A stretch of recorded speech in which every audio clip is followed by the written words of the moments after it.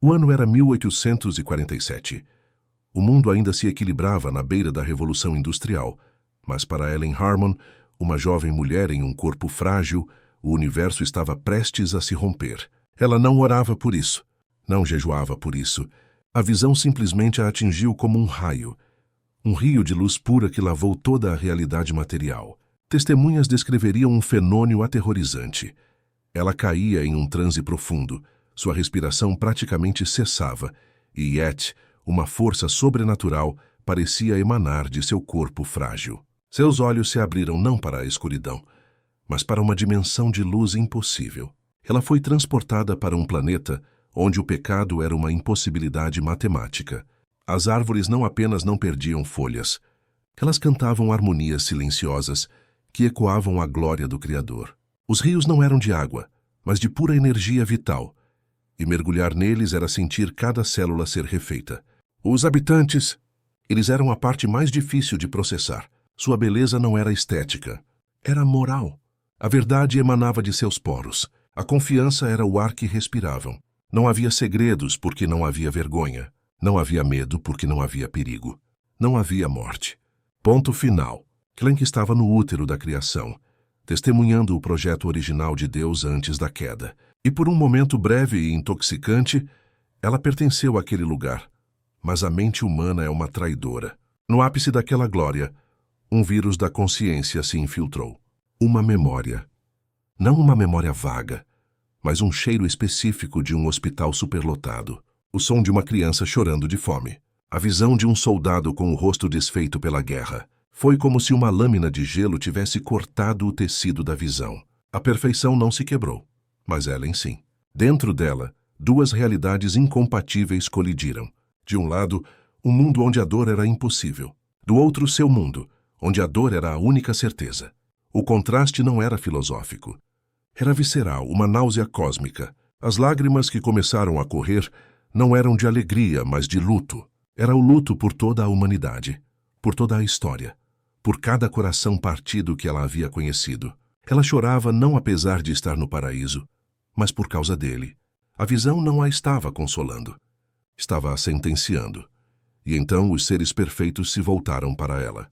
Eles não se assustaram com suas lágrimas. Em vez disso, uma onda de compaixão tão intensa que era quase palpável emanou deles. Eles se aproximaram e, em sua linguagem, que era puro significado, perguntaram: "Por que você chora onde não há tristeza?" E Ellen, com a voz engasgada pela dor, tentou explicar o inexplicável. A morte, a traição, a doença, a solidão. Eles ouviram, e algo milagroso e terrível aconteceu. Pela primeira vez, a tristeza nasceu naquele mundo. Não uma tristeza egoísta, mas uma dor compassiva, um luto solidário pela dor de outra criação.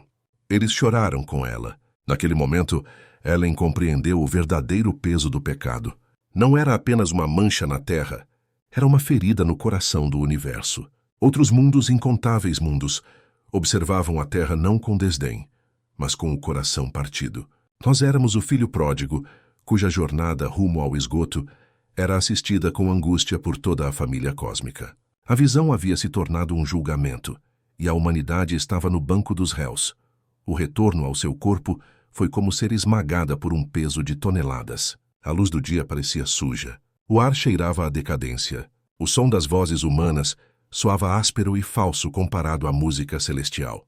Ellen sofreu o que os astronautas modernos chamam de a visão overview de forma invertida.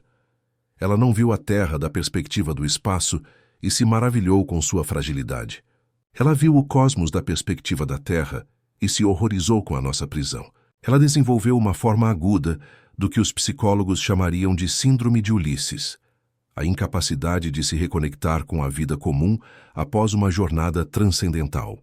Comer era um lembrete de que seu corpo ainda era corruptível. Dormir, um lembrete de que a morte, aquele inimigo inexistente nos outros mundos, ainda a aguardava. Cada ato cotidiano era um ritual de confirmação de seu exílio. E então veio a tarefa impossível: contar. Como traduzir a sinfonia para quem só conhece o ruído? Seus primeiros esforços foram recebidos com ceticismo e até hostilidade. As palavras atraíam. Glória soava como um clichê. Perfeição soava abstrata.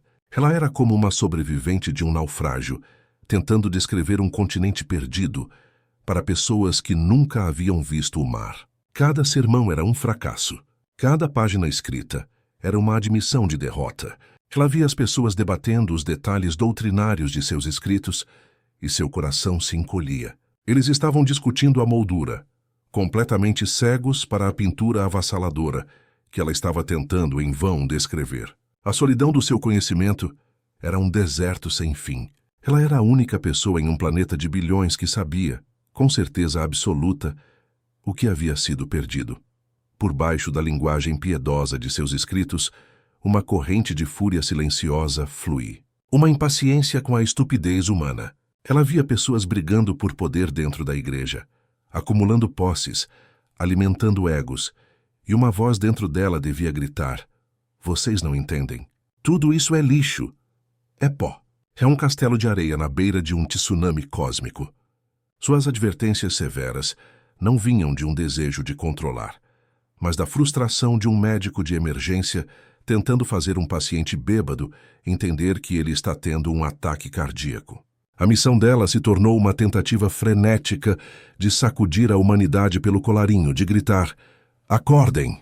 O que vocês chamam de realidade é um pesadelo, e eu vi o amanhecer." Era a fúria do amor, do desespero, da impotência diante de uma cegueira voluntária. Mas Ellen não se rendeu.